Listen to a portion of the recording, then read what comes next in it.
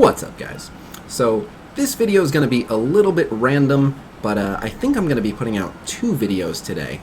The reason that this one's going to be random is, firstly, I've been getting asked constantly, what do you think about everyone that got banned? What do you think about the massive ban wave?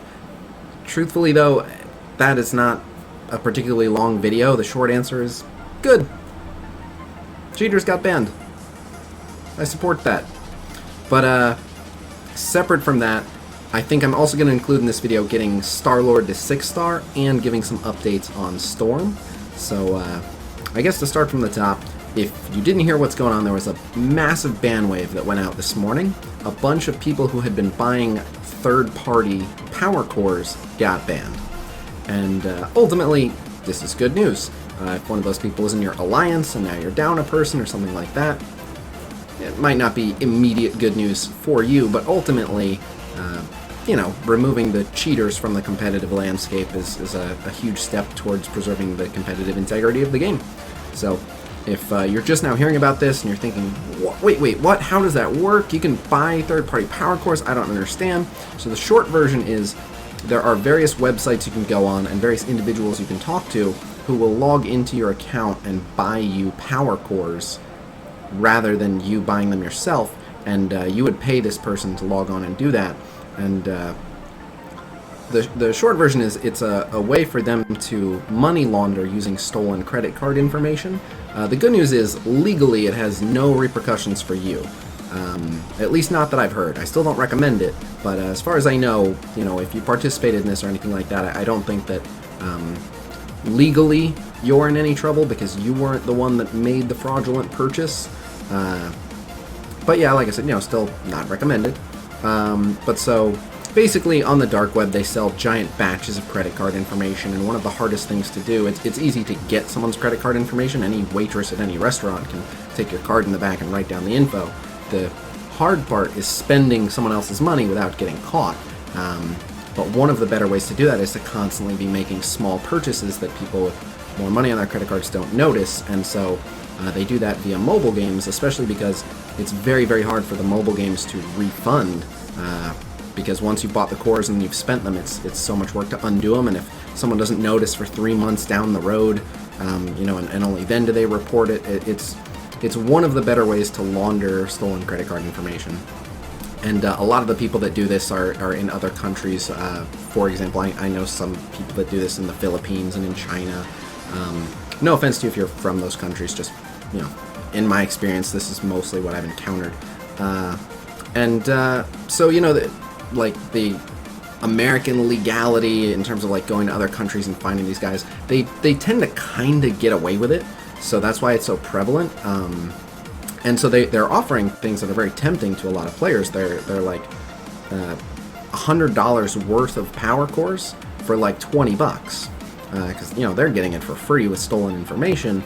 You're paying $20 and getting $100 worth. A lot of people went for this, and so anyone that participated in that, their account got banned this morning. And so ultimately, that's good news for everyone who's with me, who's been playing with integrity and not doing that. But it's certainly shaken up some of the higher end guilds. Some of the mega whales are suddenly missing in action from the leaderboards. I was pretty close to the top of the leaderboards. I was at like 125 in terms of collection power, and I jumped up 20 spots this morning. So just in the top 125, 20 people made their exit. But so yeah, ultimately my thoughts on it is good. Cheaters should face consequences for their actions so that people that don't cheat aren't forced to compete with people that do. But that's really it. I don't have that much more to say on that. So moving on, I am able to do my Storm video review now. It's probably getting pushed till tomorrow just because I know what videos I want to do today. But I was able to confirm a couple things. One, Storm is intended, not necessarily currently functioning this way, but Storm is intended to revive with the amount of charges she had when she died, both in combat and out of combat via currency. And so I believe, if I'm not mistaken, currently, if you revive her with raid recharges right now, she does keep her charges, but if you revive her in combat, like with Doctor Strange or Shield Medic or Nobu or anything like that, she doesn't come back with the charges. But that is not how it is intended to work. She is intended to retain her charges. And then, in my experience playing with her, like I said, she has been tweaked a bit since I used her on the test server, and I've been focusing on my Fury Shield team, so I haven't really played around with my Storm that I have right now yet, but she definitely didn't used to gain any charges on counter or assist, so I asked, because I was getting reports, so people had been messaging me saying Storm is now getting charges on her counter or assist. I've seen it, but I get messages all the time with people saying, I saw this happen, and then of course they can't reproduce it because they weren't really paying attention or whatever it was. So I asked, and she is not supposed to be getting charges on her counters or assists. That said, I think that while that doesn't, like in her current state, given that information, I'll go into more detail in her review video tomorrow, but she's not useless, but she's really only good in raid, and she's really only good in some raid. That hurts her a little bit, that second part. The always reviving with her charges is actually a huge asset to her, but the reviving, or I'm sorry, the not getting charges with counter or assist, she needs that pretty bad just for general viability. The devs did say that they might make that change to her if she's not popular enough as she is, but they also have more future synergies coming down the road that will help her out. So, you know, I don't know what they have in mind, but so that's a change we could see if she's not being used. So even if you're a fan of the character, I recommend, you know, letting them know I think she desperately needs that tweak. But alright, so enough blabbing about. Let's get into some gameplay. Let's open this free orb. Awesome! A single aim infector shard. I know you guys are jealous. And we have 7 emails here. We got a lot of stuff. So Gamora will be removed from Nexus 2.9. Another character will take her place. We knew from the data mine who that was. Let me see if I can check real quick. It might not be in here. There's a Wolverine Blitz, which if you watch my stream, we've known about that for a few days. A new raid season, excellent. The Star-Lord event has started, good. 1 to 10% for Orb Assault, nice. Wolverine Orb, and Galactic Heroes Orb. Alright, so what are these here? Oh, right, the 2 premiums. Alright, I'll go ahead and open these 2 premiums for you guys. We got 15 Hand Blade Master. Oh, baby. And we got 15 Winter Soldier. Right on. Alright. So, let's jump into this event here. And that is the Star-Lord Space Ace event.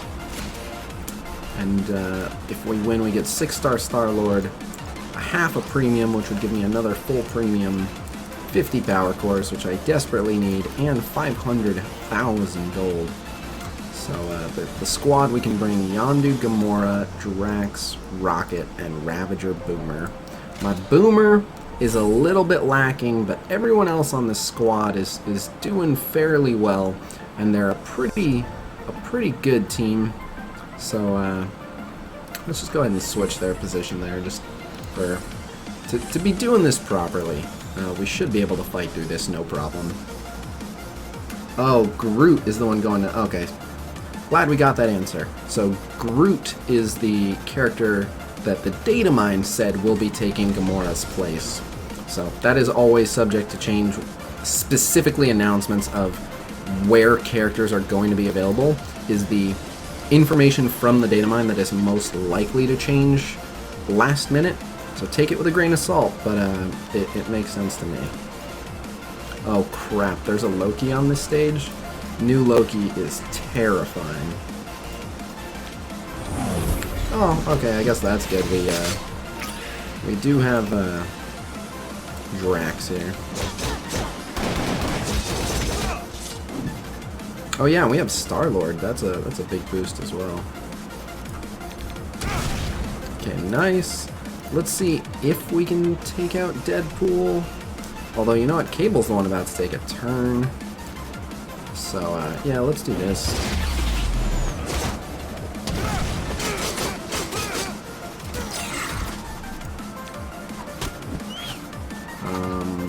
Okay.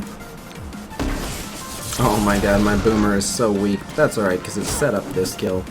Let's see if we can get this Doctor Strange out of here.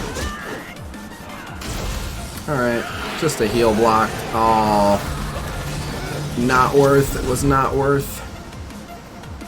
I'm not going to waste this rocket special. Although, you know what? He gives out plenty of energy to Guardians. Let's do it.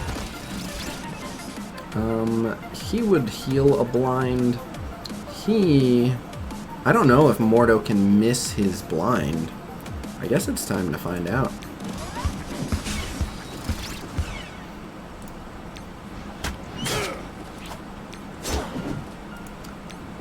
Alright, we'll get Drax killed. Doesn't matter if we don't 3-star. Alright, this should do some damage. So it looks like he can be blinded and miss his blind on other people.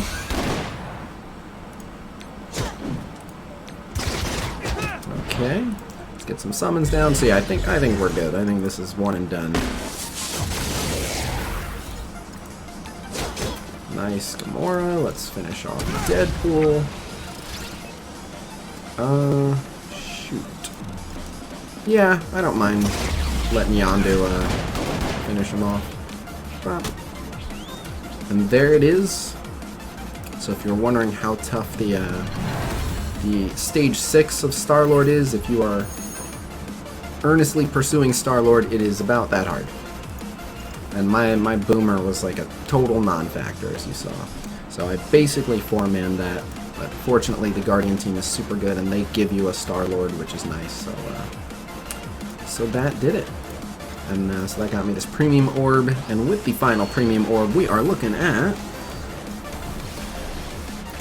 15 aim monstrosity, putting me 141 shards over 7-star for aim monstrosity. Terrific. Alright, well, I'm gonna take Star-Lord up to 6-star right now.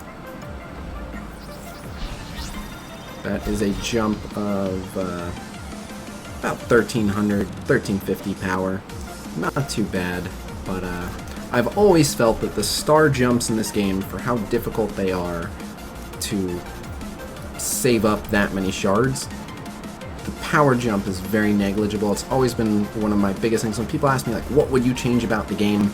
The amount of time it takes to get 200 or 300 shards for someone is a long time. And for it to make the same difference from a power rating as upgrading one ability, it shouldn't be that way. And the stat increase should be really significant. When I save up 300 shards, I don't want 10% damage and 10% health. I want something big. I want like a 30% jump in efficiency. I want to see something big. So that's one of the things I would change about the game. But anyway, as I warned you guys before I started recording this video is all over the place. It's about a whole bunch of different stuff. But yeah, it allowed me to put out an extra video, answer some questions, show that Star-Lord stage. So peace!